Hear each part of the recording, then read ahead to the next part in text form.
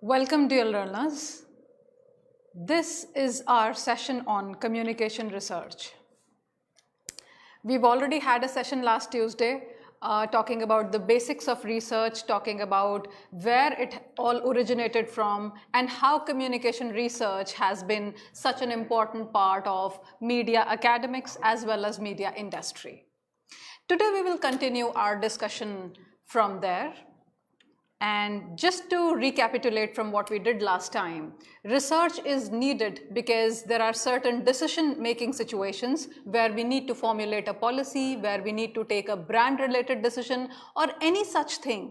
So we need to research and then reach an informed conclusion. Then it is there to describe the media.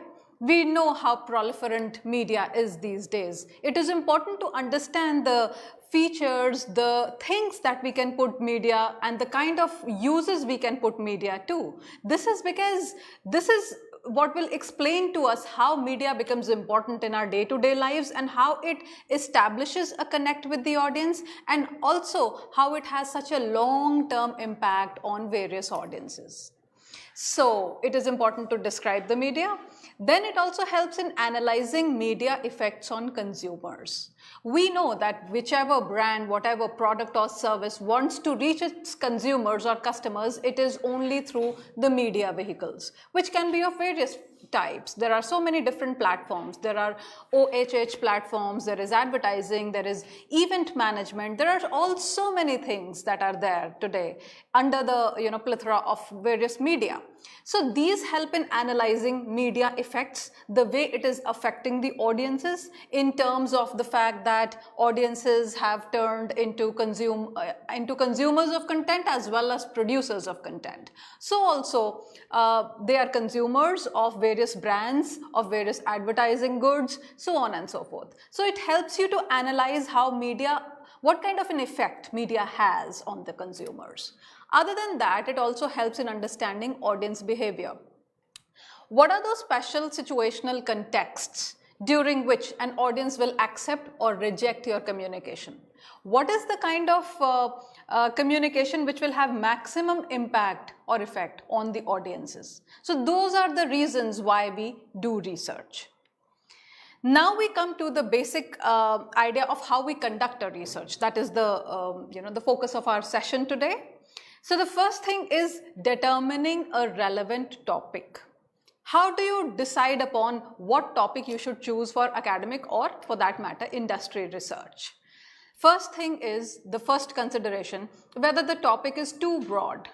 Say, for example, in this session, I will try and exemplify as much as I can so that it is, the learning is easily transferred onto you and you get to the concepts easily. So when we say, is the topic too broad? Say, for example, you're trying to study the media use of housewives. So this is quite a vague topic because you have not defined the limits of this research subject. When we are talking about the media use of housewives, is it that we're talking about the entire subcontinent? Are we talking about India? Are we talking about North India? Are we talking about a state or two? Who is the target audience? We need to limit our research. So is the topic too broad? If it is, then probably it is not the perfect topic to research on. Can the problem really be investigated? A number of times it so happens that the issue that you're trying to investigate is concerning only a limited population. And if it is only that limited population which you're concerned about, then it does not have a larger applicability. And there are also times when the problem in itself is such that it cannot be investigated. So ideally, one has to decide upon those considerations while deciding upon a relevant topic for research. Also, are the data susceptible to analysis? Like, say for example, you're only talking about 10 people. And 10 people choose 10 different options as their responses to a certain thing that you're trying to investigate. Let us say media habits. So in that case, is the data susceptible to analysis?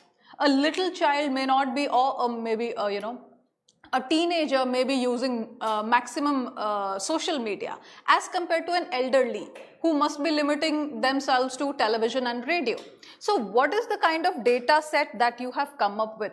Is it significant enough to produce a certain result? Is it significant enough to make a statement at the end of the research as to what the answer of the problem is? That is important to analyze. Then, is the problem significant? I just related it to the susceptibility of data for analysis. When we say a problem is significant or not, say for example, need gratification from television for elderly citizens. If we are going to investigate on this problem, then we are trying to see whether there is a connection between the elderlies who have limited mobility, who would like to stay at home within the comforts of their environment, and what is the kind of connect they make with the media, the more popular one, which is the television. So is that problem significant? Are we coming up with data? Are we coming up with investigative facts which are able to state that there is a connect between the age group of people and the kind of gratification they seek from television? So is television as a medium able to gratify, satisfy the needs of the elderly population? Yes or no? So whether there is a relation between these two variables or not will be decided by the significance of the research problem. Then, can the results of the study be generalized? By generalizing, we mean that if the same study, if we do in some other place, say for example, this study was conducted somewhere in Delhi and Punjab and Haryana. If you replicate the same study down south, will the results be the same? Are the elderly population looking at television as a way, as a medium of gratifying their needs? Those needs could be any. They could be entertainment, they could be information, politics, whatever. So ideally, can the results of the study be generalized? Can we make it applicable to a wider population? Yes or no? That will decide whether the topic of your research is relevant. Then what costs and time are involved in the analysis? In my last session, I talked about academic research and I also talked about private research. So when we talk about academic research, obviously there are certain limits of cost and time and everything else as compared to private research, whereby certain brands fund certain researchers in order to dig out how the audience behavior has been, what has been the acceptability of their product or service, and what can be improved, what is the kind of strategy that the competition is employing, so on and so forth. So costs and time that are involved in the analysis are important aspects so that some basic results come out at the end of the study. Then, is the planned approach appropriate to the project? The kind of research blueprint that you have made, the research framework that you have devised, is it appropriate to the research that you're looking at? Say for example, if we are looking at the violence index, rising violence index in children because of exposure to violent programs on television or on any other video on demand services or any other thing that they expose themselves to generally. So is there a certain approach that you have taken by which you will be able to measure the violence index and whether it is rising or not rising over a certain number of years? Like the kind of approach which would be proper for this kind of a study is a longitudinal approach, whereby you select a certain group of children and study them over a period of a few years, maybe 10 to 15 years. So time to time, every year you try and conduct a focus group interview, try and investigate and figure out in detail, or even through ethnography, you're able to figure out whether the violent tendencies in children have been rising because they have been watching certain genres of programs on the television or on screens in general. So that is the planned approach. So what is the kind of research framework that you've made for your study, and whether or not it is appropriate in application to that study? Then the next thing is there any potential harm to the subjects? There can be, okay, let us take an example, the same example that we've just discussed. If you talk of children and you're exposing them to certain violent programs, and in turn testing whether their ways of finding solutions of problems generally, socially, have turned more aggressive or violent. In such kind of a case, because you are as a researcher exposing the children to violent texts and violent programs, you are obviously doing certain kind of harm to their psyche. So this is in fact unethical also. So one has to figure out if there is a any sort of potential harm which is happening to the subjects, and you should avoid it. And that will also determine whether the the problem and the investigation is relevant or irrelevant. Then we come to the next thing. First we chose the research problem. First we chose what is it which will form the area of our research and what are we going to investigate on. The next thing we come to is reviewing the literature. In simple terms, if I explain this to you, if you have decided upon studying the violence index in children, yours may not be the first study which is happening in this area. Even if you have that speciality of conducting the first research on the violence index of children, probably violence amongst teenagers has been tested at some point of time in the past, or violence in women, girls, housewives, any certain segment of the population has been tested already. So you try and dig out which are the relevant studies similar to your studies which we have been done in the past. You study what objectives they began with, what kind of methods they employed, and what kind of conclusions or findings they came up with. So that is called reviewing the literature. So the existing body of literature is strong enough to be able to not only help you devise your own objectives, but also help you find out the gaps in the study. Because every research, whichever research it is, obviously will have certain limitations. Everything, every angle, every aspect cannot be investigated properly by one research itself. So in that case, this aspect which has not been investigated so far becomes the aspect which we call the gap in the study. And this gives you your focus of research. So you know what can be your subject which you would like to research on. So this is reviewing of literature. So it comprises of consulting the available literature, what was done, how it was done, and what were the kind of research. And what are the kind of results that have emerged from those studies, which have been similar in nature to the one that you are thinking to conduct. Then the most important step in research process is the facilities, it facilitates learning from previous researchers, what I just called the gap in research. And it also saves your time and effort and money. You need not rediscover the fire every time. You know where the body of research has already reached, what is the kind of knowledge addition that has already been made to this segment of media research or communication research. So you proceed further from there. It helps you save upon your time, it helps you save upon your effort, money, everything. Then, when you're doing this review of literature, what are the questions that you must ask while reviewing? One, what type of research has been done in the area?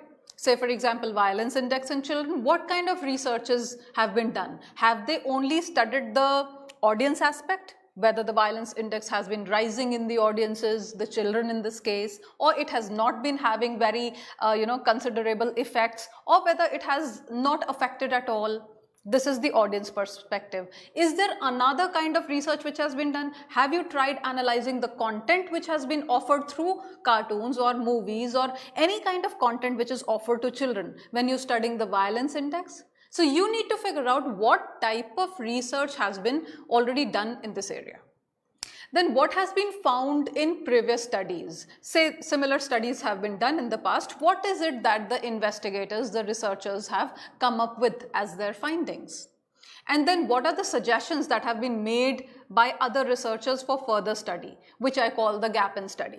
So when you know what are the limitations of that research, you will work upon those limitations as something which can, propel your study forward and which can be the focus of your study. then which aspects have not been investigated so far? It is important to ascertain the aspects which have not been investigated, because if you're only testing the replicability of a research problem and in a certain set research framework, you aren't adding anything new to the existing body of knowledge. So ideally, since you're making all the effort of conducting this research, why not look into those aspects which have not been investigated so far? Then, how can the proposed study add to our knowledge in the area? I just spoke of how it adds to the gap in, discovering the gap in the study, and then when you conduct your study focused on that gap, you will be able to add to the existing body of knowledge. What research methods were used in previous studies? The kind of research methods that you employ, the kind of research framework that you make, is not only dependent upon the knowledge of the research methods and methodology, which maximum people would like to think as. It is also dependent largely on your common sense, because it is you who are going to decide that in order to get the solution to this particular research problem, what is the kind of method or a combination of methods which must be used in order to achieve the desired results. Say for example, you are trying to study the perception of a brand in a market. So it is not just enough to study what the audiences feel about it. It is also important to know that the brand managers who decided upon sending forth this communication to the audience, what did they have in mind? And how was it received in the market? Did it fail or did it succeed? In case it failed, what could have been the reasons of failure? So you also analyze the content. See, I'm making use of 3 different methods here. First, I studied the audiences. Maybe I employed the survey method. Then I took the perception of the brand managers as to what helped them decide that this is the best communication in which we must put our monies and which must go on to the audiences. So probably I employed the interview method. And then I studied the content, this communication itself, the message which has gone to the audiences, the ad which has been made, or the ad campaign or the event that has been created for them. So I will study the content and see, as a researcher, as an investigator, what do I find? How is it impacting my audience? What do I see it as? So that is the analysis of content. So these are 3 different methods that I employed here.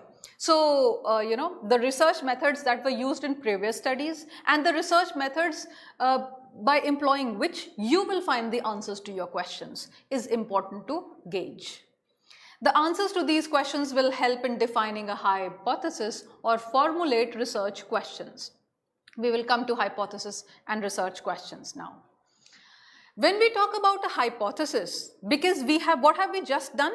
We have just reviewed the literature, the existing literature in the area of our research. So basically we have tried to study which all sections of population have been studied, what is the kind of research that has been conducted, what kind of methodologies have been employed, and what findings did they come out with. We also have seen what are the gaps in studies and what are the limitations been in studying these areas. Now when we talk about hypothesis, now since we have studied so much, we are able to come up with an informed opinion. This informed guess is called a hypothesis.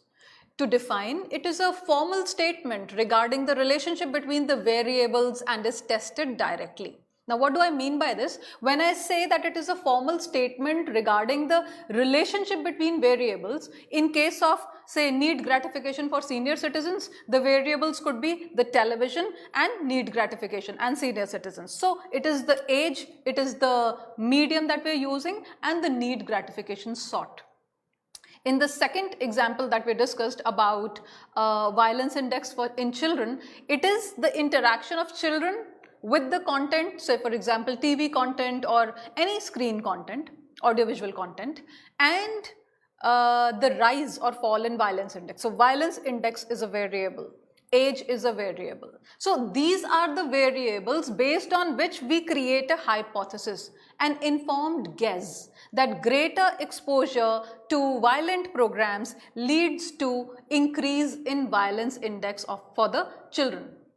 Now this at the end of our research can be proved right or wrong, both of which are equally important. If it is proved that when you expose children to violent kind of cartoons and violent kind of content, children become more aggressive in nature. That is equally important as saying that such kind of content or exposure to such kind of content does not affect in the long run, and children do not start getting a violent streak. They are not impacted in the long run. So that is an equally important research. So this hypothesis we formed based on the study that we've already done in the review of literature, and then in our present study which we are designing, we will either prove it correct or wrong. So this is what we call a hypothesis. So here the hypothesis being tested can come to be positive or negative or null. Then what is a research question? Now first let me tell you the difference between hypothesis and research questions. Earlier in researches, people used to make greater use of hypothesis only. The use of hypothesis has not been completely negated in researches today, but people have largely started making use of research questions. Now research questions are more direct questions which you are aiming to answer at the end of your study. So you either have hypothesis in your study or you have research questions. In order to just let you know the definition of it, they are formally stated questions intended to provide indication about something. So like for hypothesis, we said that increased exposure leads to increased violence index in children. That was a single statement hypothesis. If I have to frame research questions for the same study, what will they be? My research questions, one, can be multiple. Like a hypothesis, it is not a single statement. Now let us just try and coin some research questions. What is the kind of media exposure that children have? Do children like to view more of violent content, violent programs on television? Does violent program affect children in their day-to-day lives? So, in order to employ, you would like to have ethnography conducted, and you would, particularly watch a child for 15 to 20 days to see if the violent tendencies or aggressive tendencies are increasing in this child. So, those are the kind of research questions. They can be multiple. 3, 4, 5, there can be deeper. So these research questions or hypothesis, one of them is employed in a research study. These research questions are not limited to investigating relationship between variables. They will be able to answer more things. Like say for example, they will be able to answer, a research question can be, is there a government policy stating that any particular TV channel or any particular medium can only show X% of violent programs? You will also end up investigating this section, as a result of which you will be able to, at the end of your research, make a policy recommendation that government should decide what is the how much content should it allow on a daily basis, which can be violent in nature. It can be for any age group and it can be for any target audience. So it is not limited to investigating only the relationship between media exposure and violence index in children. Next, research questions are used when a researcher is unsure about the nature of problem under investigation. One thing is when you know that it is the media which is leading to increase in violence. It is not the fight that happens amongst peers. It is not the fight that happens between children, the siblings. So it is not that, or maybe violent tendencies in the family, in the parents, is not a reason. If you're sure about that, you're checking the balance between the exposure to violent content and the rising violence index in children. But when you're unsure, when you know there are other things other than media that people come to engage with and that people can be affected by, then you should employ research questions. It helps in gathering preliminary data, the basic data. What is the kind of media exposure that a child has? What is the kind of content that he or she likes to view? That is the kind of preliminary data that we are talking about. Then it is a testable hypotheses are developed from research question phase. So for every research question, the important ones, not all of them, you end up making a null hypothesis or a positive hypothesis or a negative hypothesis, and then you put it to test during your investigation depending upon the data that you've collected, depending upon the tool for data collection that you've designed. And then once the data is collected, you will be able to infer the results in terms of whether the hypothesis of a certain thing has been right or wrong, or how it has been. So this is one thing. Now we come to area of study and objective setting. When we talk about the area of study, the study area can be based on a few things like source and message and channel and receiver. Depends on the kind of study that you're trying to undertake. Area of study basically is the broad area which you will be choosing, under which you will choose what exactly you want to study. Like it can be based on source. When I say it has to be based on source, you answer the question, from where does a particular information originate? Like, I will discuss an example, brand managers' perception of social responsibility campaigns, a study of leading newspapers of India. Now, this is a research problem which is largely looking at the social responsibility campaigns that are carried out in the newspapers, the leading newspapers of India. And then why are we trying to target the brand managers? Because these are the people who handle such kind of communication, who design such kind of communication and strategize around it so that a brand may succeed in the communication that it is making. So ideally, we try to get the brand manager's perception. What does the brand manager feel about certain social responsibility campaigns that have appeared over a period of time, which we have selected in leading newspapers of India? So the source of information is important.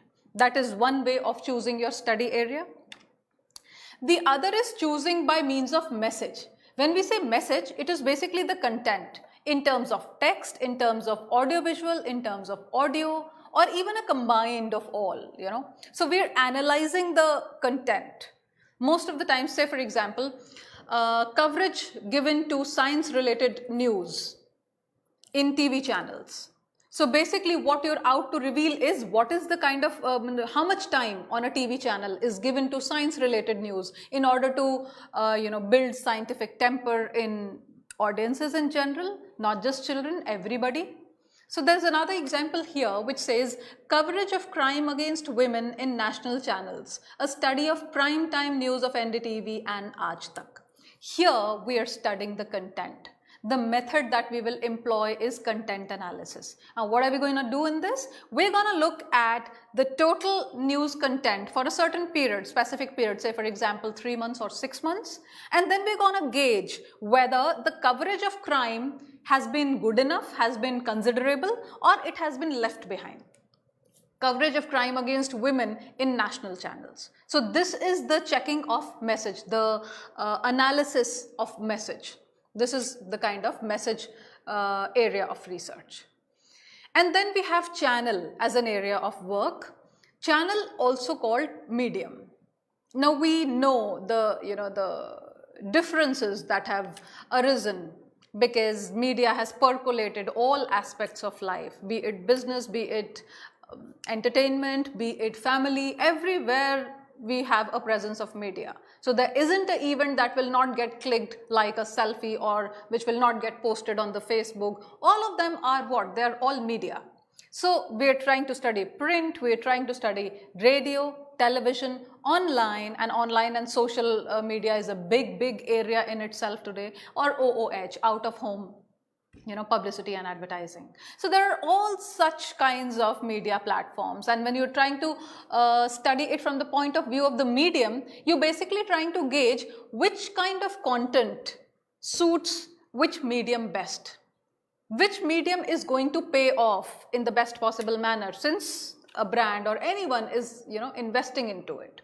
So which is the best way of reaching which kind of an audience? If you're talking about the agrarian places of villages, of rural belts, probably radio continues to be one of the best media to reach the audiences there. So if you have to deliver some message, or you're checking whether the messages are getting not just transferred but also accepted and implemented upon messages related to agriculture by the farmers, then probably studying the radio medium would be the best.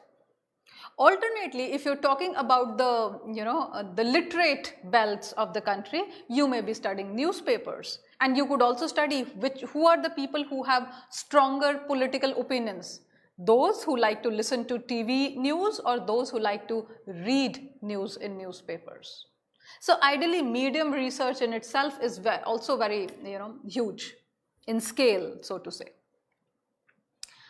Okay, there's another example here which says effect of OOH brand endorsement on consumers of consumer durables, a study of working class of Delhi. Now, it is important to notice what are the operational terms being used in this example. I say OOH, brand endorsements. So you would see a celebrity endorsing a brand over the highway on a huge thing. So that is out-of-home publicity, out-of-home brand endorsements. And they are not coming on your television, you're not listening to them like a radio jingle. You're just seeing them on a highway or one of the main busier roads of your city. So when it comes to consumer durables, is it that the working class would go for purchasing consumer durables based more on the OOH ads, brand endorsements, which they have seen around them? Why only working class? Because these are the people who will start every morning from home to work and will come back every evening. So they get exposed to these hoardings, the out-of-home publicity material. So does it lead to a purchase decision at their end, speaking in terms of the vertical of consumer durables only? Is that so? So this is a kind of research which will come up with the findings on the medium. Whether consumer durables should be best sold on TV, or should they be best sold on OOH, or social media is still better? What is it? Talking of the receiver section, audiences of all media are investigated whenever we're talking of the receivers. Say for example, we're trying to see who are the people who use social media more. Because social media is a platform where a lot of drama happens. The real life is different, and the drama and the life which is projected on the screen is much different. So audiences of all media get studied under this segment of receivers. Say for example, corporate social responsibility and image building, a study of NTPC Dadri. Now in this study, ideally what would you do? You would try and figure out what are the corporate social responsibility campaigns and what are the efforts that this concern NTPC has made, and how has it led to building the image of this organization. So you are going to the audiences in this area, in this case Dadri, and you are figuring out what are the efforts that this organization has made in order to ensure that their corporate social responsibility gets fulfilled, whether the audiences are happy with it or are they discontented, dissatisfied with it. So the entire thing will come to you as an audience research. So having spoken of the areas of research, we now move on to setting of objectives. Anything that you set out to do, if you've not set the objectives right in the beginning, there are less chances that you will be successful at it. More so in terms of research, because it is something which involves all your energy, and it is an in-depth thing which you do. So objectives and the way you set them, the clarity that you give to the audience as well as to yourself as a researcher by setting the objectives is very important. It will decide the course of your research, it will decide the direction, the orientation of your research.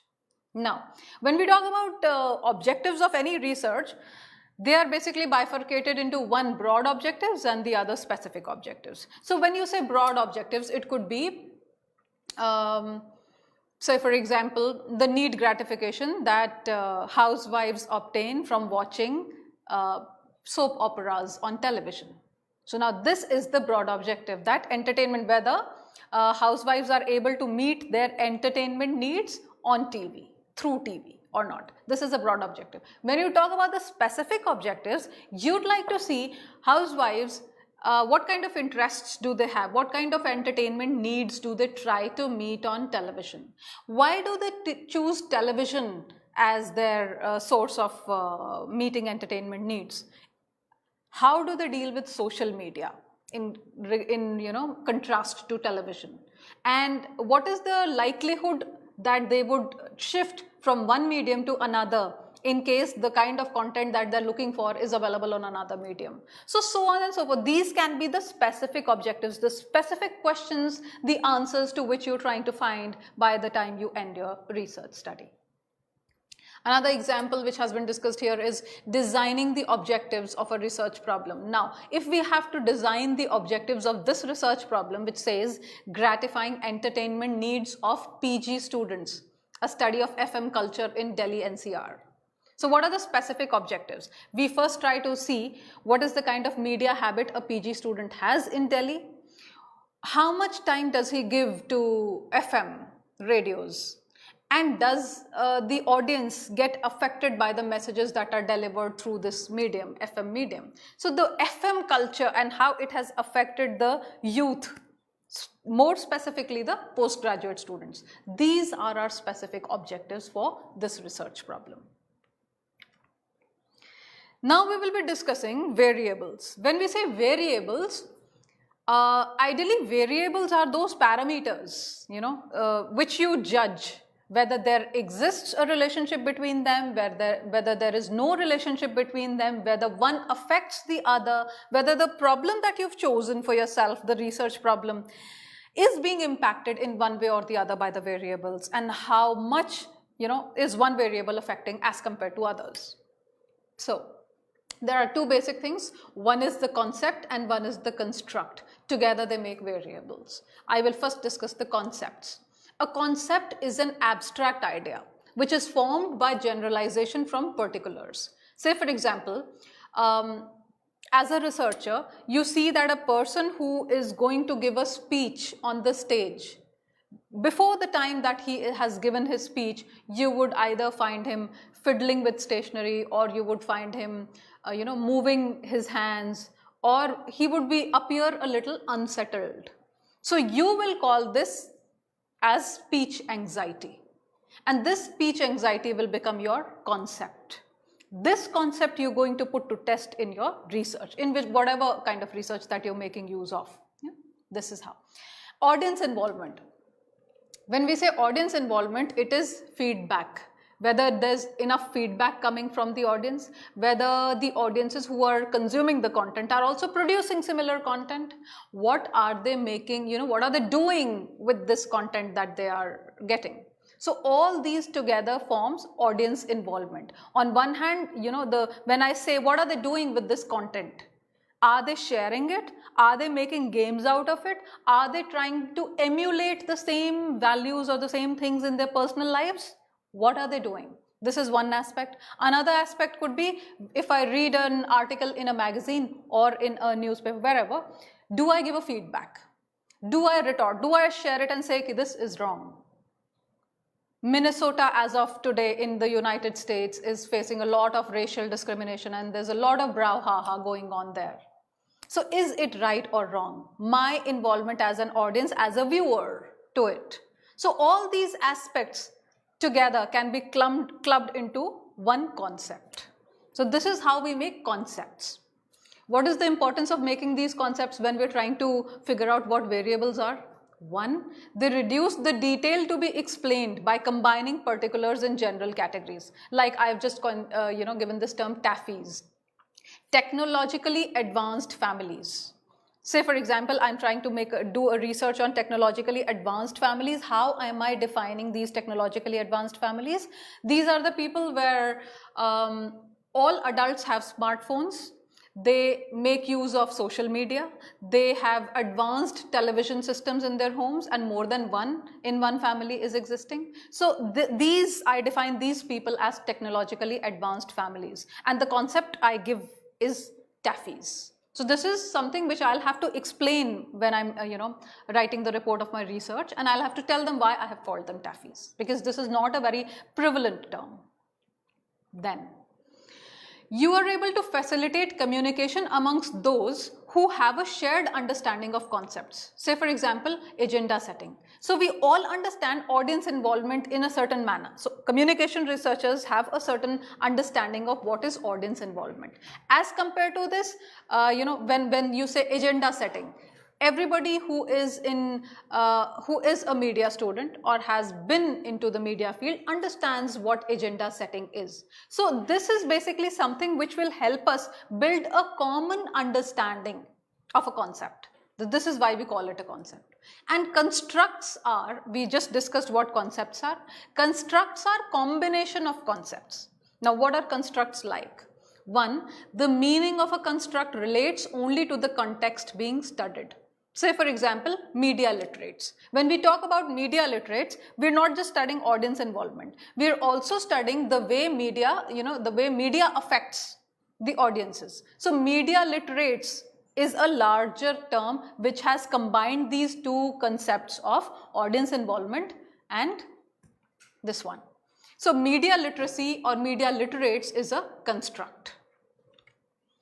Being abstract, it cannot be directly observed. So you cannot come up with a study which says, okay, we have 70% media literacy amongst postgraduate students in the country. No, we can't do that. Why? Because media literacy in itself is to a large extent an abstract term. You will have to break it into concepts, measure those concepts, and then reach a conclusion. So it cannot be directly observed. So then what are variables? The empirical counterpart. Empirical means something which can be calculated, something which can be put into numbers. Empirical counterpart of a construct or concept. So constructs and concepts together make your variables. They link the empirical world to the theoretical. Usually what happens in research is you have a certain empirical understanding. You know that 40% of the population likes to use Apple phones, iPhones, as compared to the rest 60% who make use of Android phones. So you are trying to connect this to some theory. What is that theory? Maybe some theory of psychology which says that self-esteem of a person is also depicted by the lifestyle. So certain theoretical concepts and underpinnings you're trying to test by making a sense of it in terms of numbers, empirically. So they link the empirical world to the theoretical context. They can be measured or manipulated in research.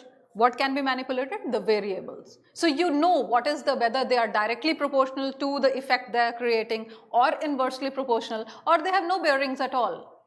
A certain variable cannot affect the concept that you're out to test.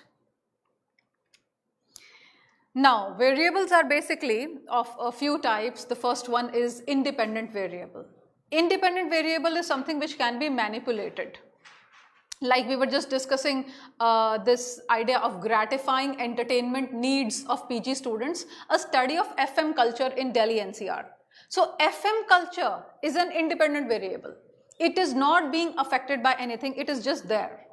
Right? And that is something which can be manipulated. How can it be manipulated? You can either, say for example, you have an experimental test to make. You can increase or decrease the exposure of your target audience, in this case the PG students, to the FM radio in general.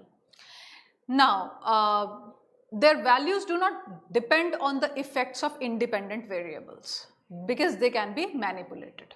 So, dependent variables are what the researcher wishes to explain. Their values depend on the effects of independent variable. Say for example, if the education level in any society is good, the income level will be good.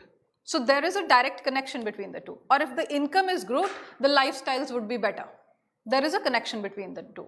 Or if the exposure to violent programs is less, the violence index in children will be less. So we are trying to create a certain, these are called dependent variables. What is the dependence?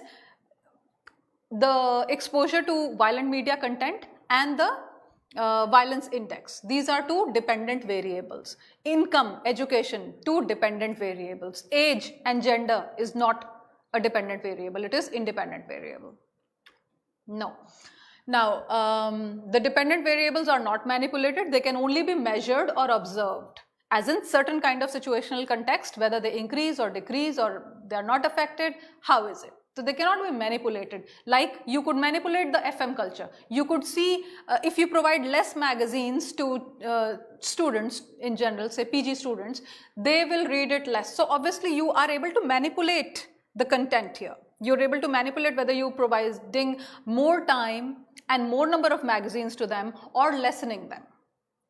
Then another is discrete variable, which cannot be divided into subparts.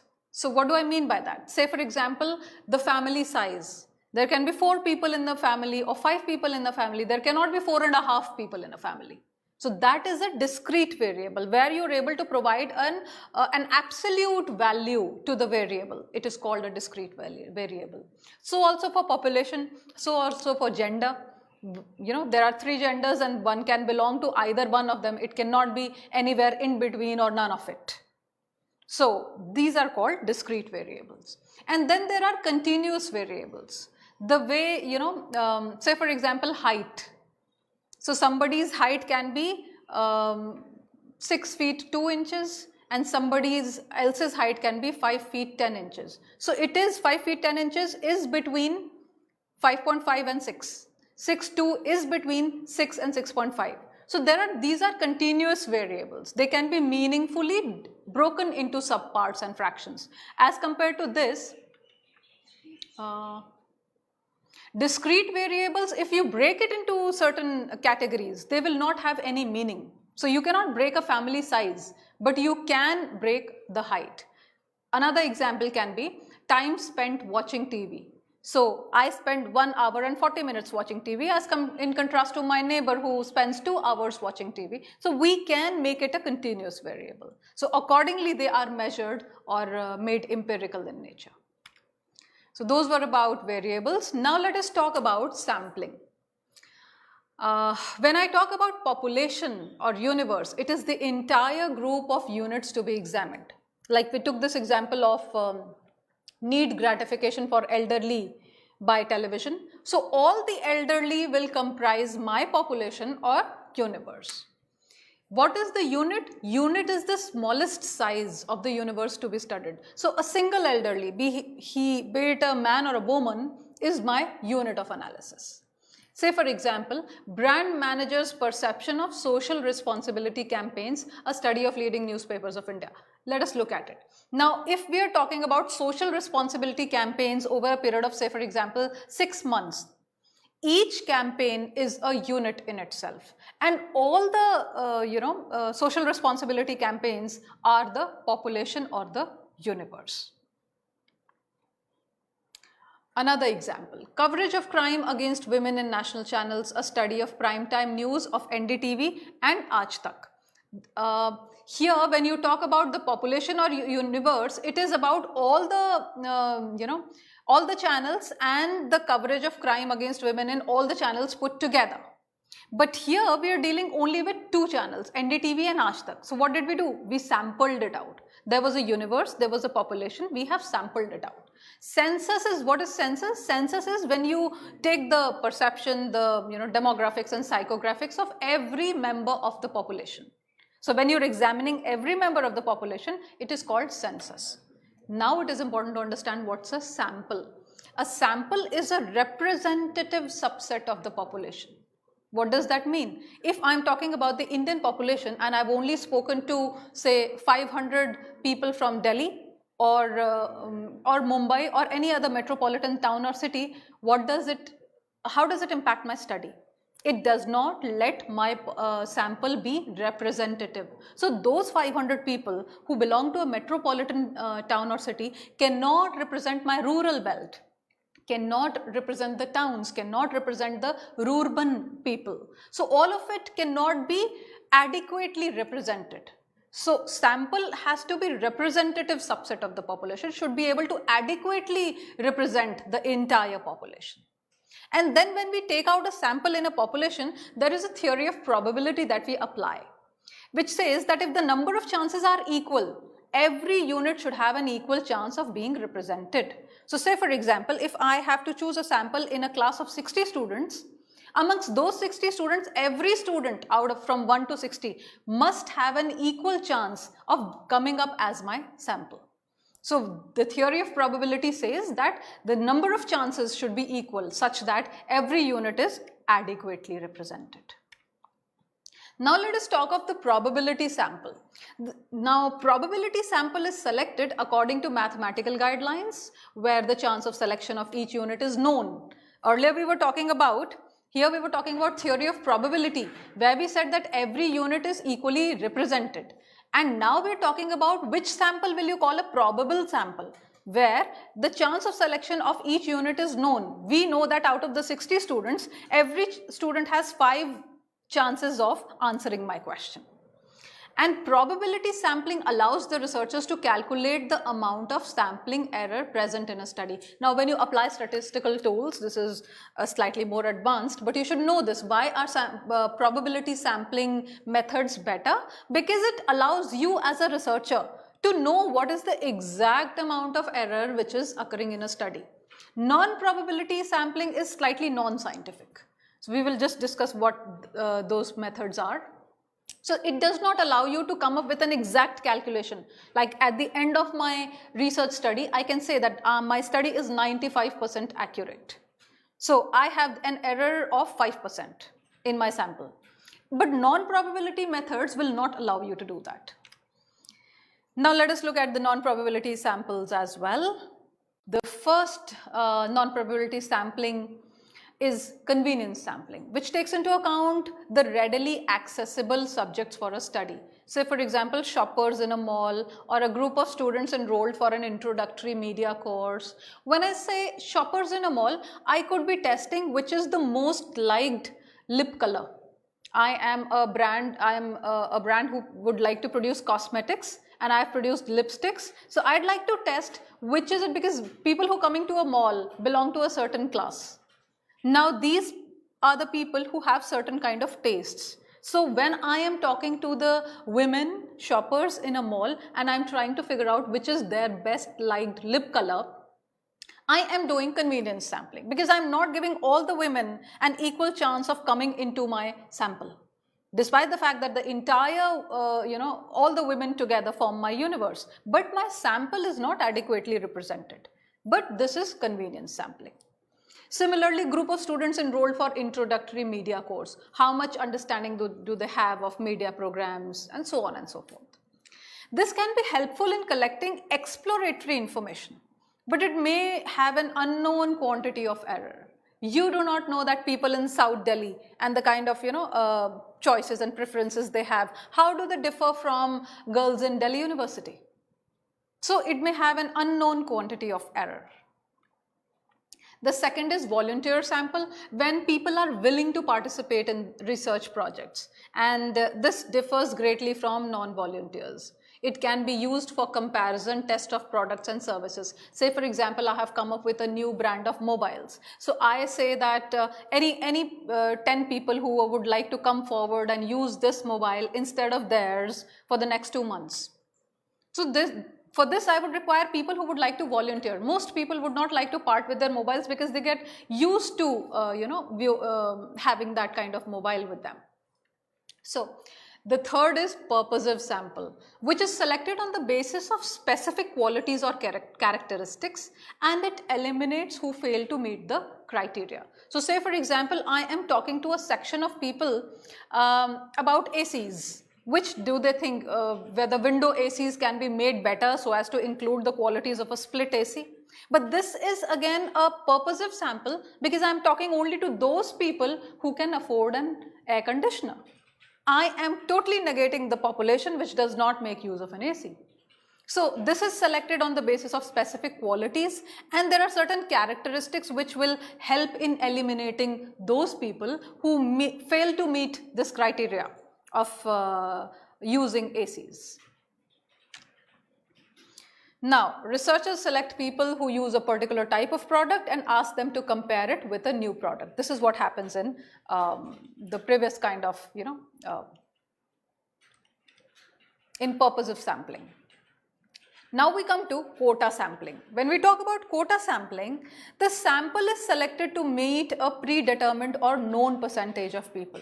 So say for example, iPhone users. If I am conducting a research on iPhone users, there is quite a probability that I already know that only 40% of this population is making use of iPhone.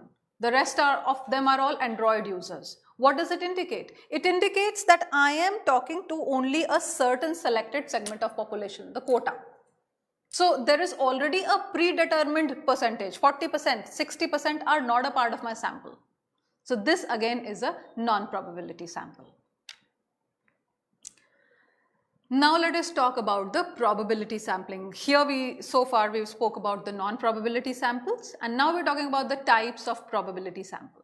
One is random sampling, maximum people make use of it. Each unit in the population has an equal chance of selection. That's fair enough, that's scientific. Selection procedure must be free from subjective intervention by researchers. So if an American researcher is conducting research, shouldn't be saying that people of color will be omitted from being a part of the sample. No, there should not be, the selection of the procedure should be such that there should not be any subjective intervention by the researcher or by any other external factor at any point of time. Use of random table numbers. Now, just in case you've come across random table numbers, these are numbers, two-digit numbers that are just put together.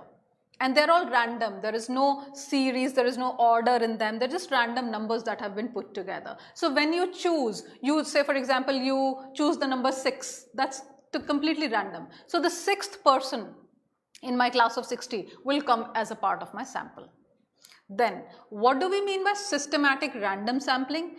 Every nth subject or unit is selected from a population. Like when I chose the number 6 from the random table numbers, every 6th person will become a part of my sample.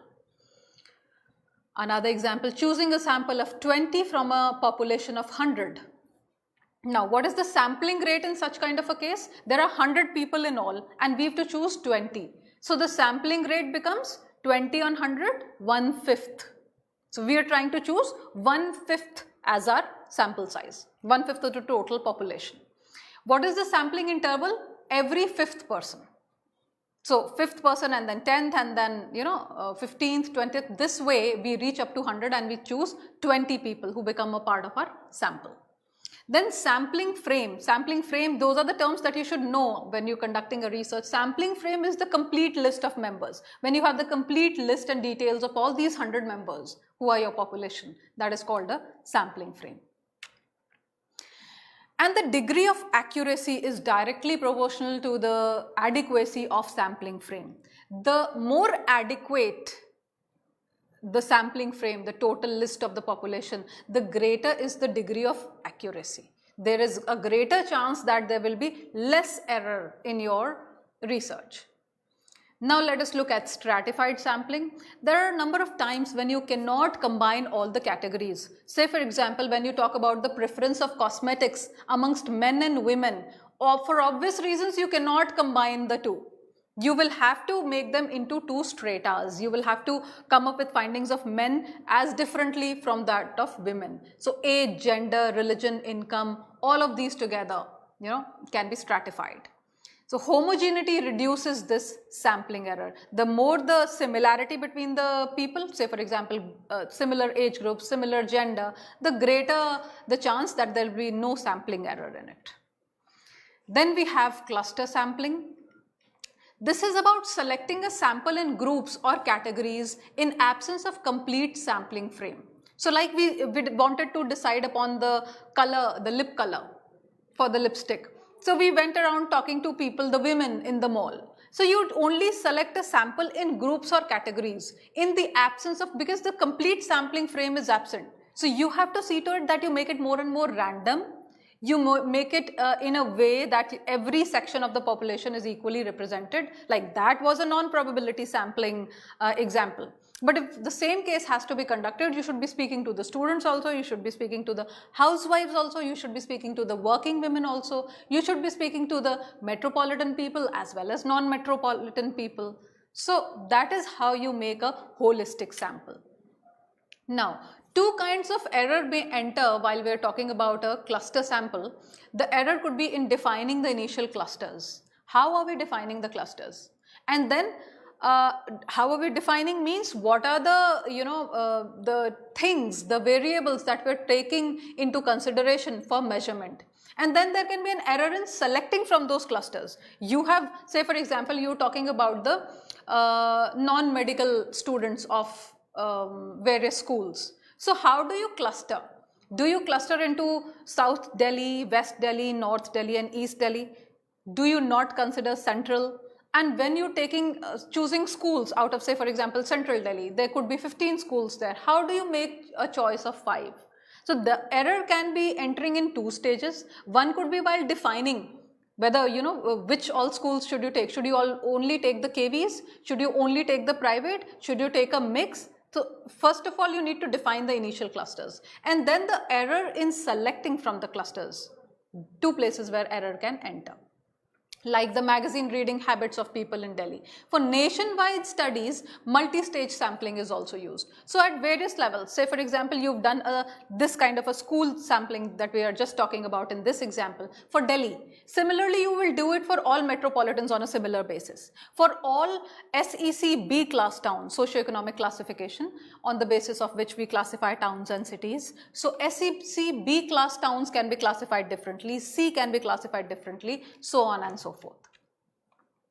Now the last thing that I want to discuss today is deciding which method to use. We just came across probability methods, we just came across the non-probability methods and how we put them to use. But how do you decide which method should you use? All non-probability methods are not wrong. It depends on the kind of data you're looking to collect, and it depends upon the kind of objective you're wanting to meet. So the first thing that decides which method to use is the purpose of the study. Investigating variable relationships or collecting exploratory data. Which of the two are you doing? Are you investigating variable relationships? Then you better make use of probability methods. Are you only collecting some exploratory data, some descriptive data for designing or measuring instruments? You may make use of non-probability. Then cost versus value. How much cost are you ready to incur and how much value will that research come out with? What is the time frame that you have? The amount of error that is allowed. Like in pilot studies, a certain kind of error may be allowed because the pilot study may not become a part of the entire study, and non-probability method would do. So the amount of error that is allowed, the cost and value constraints, the time constraints and the purpose of the study. Those are the 4 things which help us decide whether we should be making use of probability methods or non-probability methods. Learning excites thought. Happy learning, keep thinking, try researching. Thank you all very much.